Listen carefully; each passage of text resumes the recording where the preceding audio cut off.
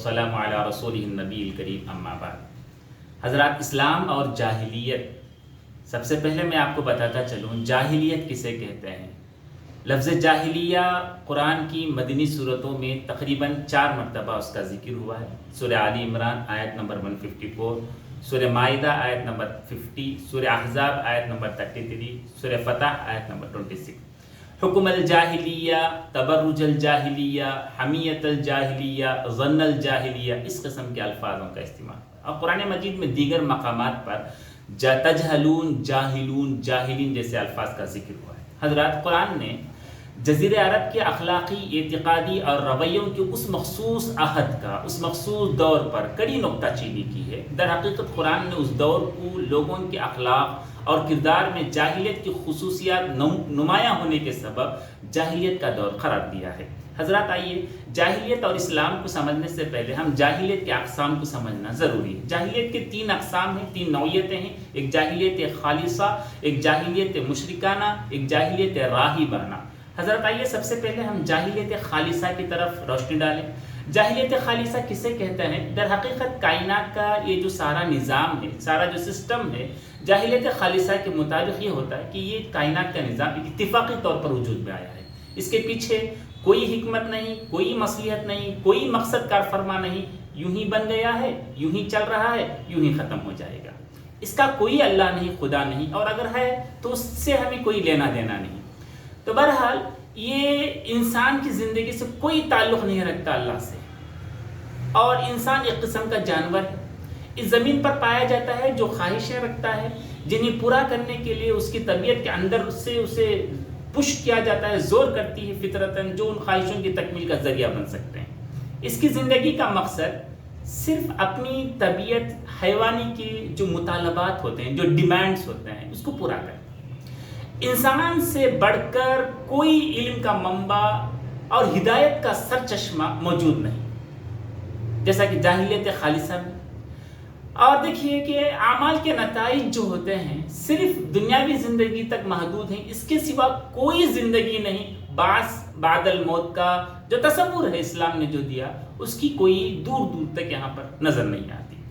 تاریخ شاہد ہے دنیا پرستوں نے ہر زمانے میں یہی نظریہ اختیار کیا، الا ماشاء اللہ موجودہ مغربی تمدن کی بنیاد میں بھی جو ہم دیکھنے میں ملتے ہیں یہی نظریہ کار فرما ہے۔ اگرچہ اہل مغرب کے سب جو ہے اللہ اور آخرت کے منکر نہیں ہیں، اور نہ ہی علمی حیثیت سے سب مادہ پرست ہیں، اخلاق کے قائل ہیں، اور جو لوگ علمی حیثیت سے اللہ اور آخرت کے قائل ہیں مگر اخلاق میں ایک غیر مادہ پرستانہ نقطہ نظر اختیار کرتے ہیں، گویا نہ اللہ ہے، نہ آخرت ہے، نہ کسی کو جواب دہ دینا ہے، نہ کہیں سے ہدایت لینی ہے۔ جو کچھ خواہشات ہیں، ان خواہشات کی تکمیل کے لیے ہر قسم کے ذرائع اور ہر قسم کے طریقے اختیار کرنے میں ہم آزاد ہیں، کسی کے پابند نہیں ہم۔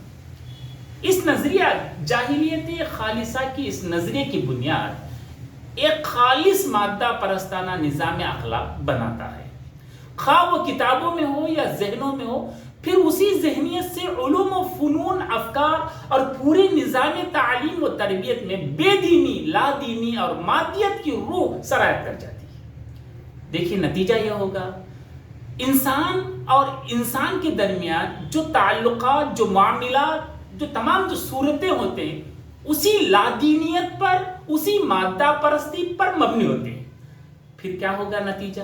اس طرز کی سوسائٹی میں ایسے لوگ جنم لیتے ہیں، ایسے لوگ ابھر کے آتے ہیں جو سب سے زیادہ مکار، جو سب سے زیادہ بددیانت، جو سب سے زیادہ جھوٹے، جو سب سے زیادہ سنگ دل، جو سب سے زیادہ خبیث النفس ہوتے ہیں، حساب و کتاب اور پکڑ سے بے خوف ہو کر اللہ کی مخلوق پر ٹوٹ پڑتے ہیں۔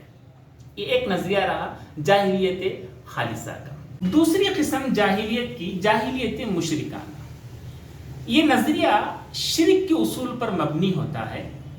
اس میں کائنات کا نظام اتفاقی نہیں ہے، اور اس کا ایک اللہ نہیں، بہت سے خدا موجود ہیں، جیسے فرشتے، جن، روح، زندہ اور مردہ انسان، درخت، پہاڑ، سمندر، دریا، جانور، آگ، یہ سب کے سب دیوتا بنا دیے۔ بہت سے جو ابسٹریکٹ آئیڈیاز جو ہیں جیسے محبت، شہوت، جنگ، شکتی جیسے بیماری جو ابسٹریکٹ آئیڈیاز میں آتے ہیں ان کو بھی اللہ کا مقام دیا انہوں نے۔ جاہلیت خالصہ کے بعد یہ دوسری قسم کی جو جاہلیت ہے، جاہلیت مشرکانہ، جس میں انسان قدیم ترین زمانے سے آج تک مبتلا ہے۔ انبیاء علیہ السلام کے تعلیم کے اثرات سے، ان کے پیغام، ان کی تبلیغ کے اثرات سے ایک اللہ کی خدائی کے قائل ہو گئے۔ وہاں سے خداؤں کی جو دوسری اقسام تو رخصت ہو گئی، مگر انبیاء، اولیاء، شہداء، صالحین، ابدال، علماء، مشائخ کی خدائی پھر بھی کسی نہ کسی طرح عقائد میں اپنی جگہ لیتی رہی۔ مشرکین کے خداؤں کو چھوڑ کر نیک بندوں کو خدا بنا لیا، زیارت، فاتحہ، تعزیے وغیرہ، گویا ایک نئی شریعت بنا لی گئی۔ یہ جاہلیت مشرکانہ تاریخ کے ہر دور میں پہلی قسم کی جو جاہلیت خالصہ کے ساتھ تعاون کرتی رہی۔ یہ دونوں جاہلیتیں ہم آغوش تھیں، ایک سکے کے دو رخ رہے۔ جاہلیت راہبانہ آغوش رہے۔ تیسری جاہلیت، جاہلیت راہبانہ۔ جاہلیت راہبانہ یہ دنیا اور یہ جسمانی وجود انسان کے لیے ایک دارالعذاب ہے۔ ان کا ماننا ہے انسان کی خواہشات دراصل قید خانے کی بیڑیاں ہیں۔ انسان اس دنیا اور اس کی چیزوں سے جتنا تعلق رکھے گا اتنا ہی گندگی سے آلودہ ہوگا اور وہ عذاب کا مستحق بن جائے گا۔ اس کی بنیاد پر ایک خاص قسم کا نظام بنتا ہے جس کی مختلف شکلیں جیسے کہ ویدانتزم، تصوف، مسیحی رہبانیت وغیرہ کے نام سے مشہور ہیں۔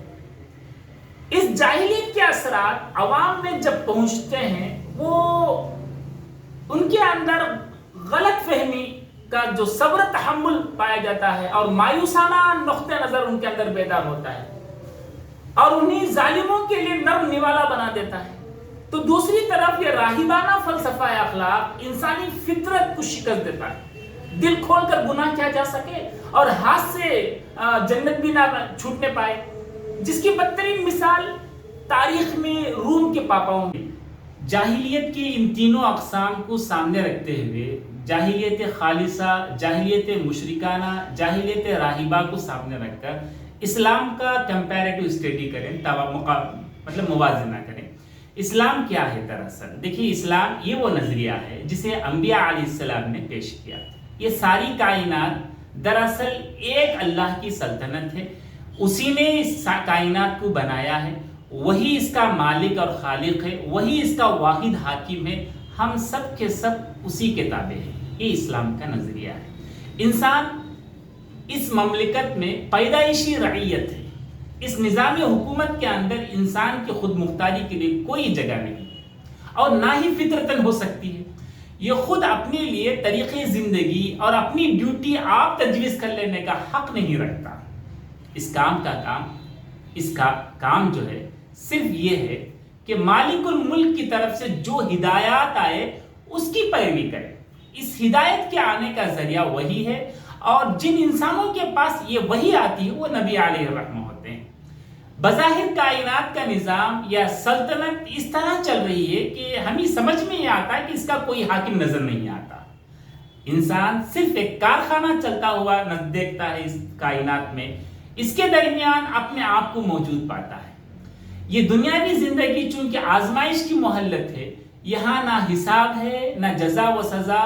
در حقیقت اعمال کا اصلی حساب و کتاب مہلت کی یہ جو زندگی، جو دنیاوی زندگی ختم ہونے کے بعد ہے اور اسی کا نام آخرت ہے۔ یہ اسلام کا نظریہ ہے۔ اسلام ایک مستقل نظام فلسفہ پیدا کرتا ہے جو جاہلیت کے فلسفوں سے بنیادی طور پر بالکل الگ ہے، بالکل مختلف ہے۔ زندگی کے جملہ معاملات میں ایک خاص زاویہ فکر، ایک خاص زاویہ نظر، ایک خاص مقصد پیدا کرتا ہے، اخلاق کا ایک علیحدہ نظام بناتا ہے، علمی و اخلاقی بنیادوں پر تہذیب کی عمارت تعمیر کرتا ہے۔ اس تہذیب کے رگ اور اس تہذیب کے ریشہ میں جو روح کام کرتی ہے وہ اللہ واحد کی حاکمیت، آخرت کے اعتقاد اور انسان کے محکوم اور ذمہ دار ہونے کی روح ہے۔ اسلام کی ہر چیز میں اول سے آخر تک ایک خاص نقطہ نظر، ایک خاص مقصد اور ایک خاص اخلاقی رویہ کار فرما ہوتا ہے جس کا براہ راست تعلق اللہ واحد کے ساتھ ہوتا ہے اور اللہ کی حاکمیت اور انسان کی محکومیت پر ہوتا ہے اور دنیا کے بجائے آخرت سے جڑا ہوتا ہے. لہٰذا انبیاء علیہ السلام کی بعثت کا مقصد یہی رہا کہ وہ حکومت الہیہ قائم کریں اور اس پورے نظام زندگی کو نافذ کریں جو وہ اللہ کی طرف سے لائے تھے اس روئے زمین پر. اللہ تعالیٰ سے دعا ہے اللہ تعالیٰ ہمیں سمجھنے کی توفیق نصیب فرمائے. السلام علیکم.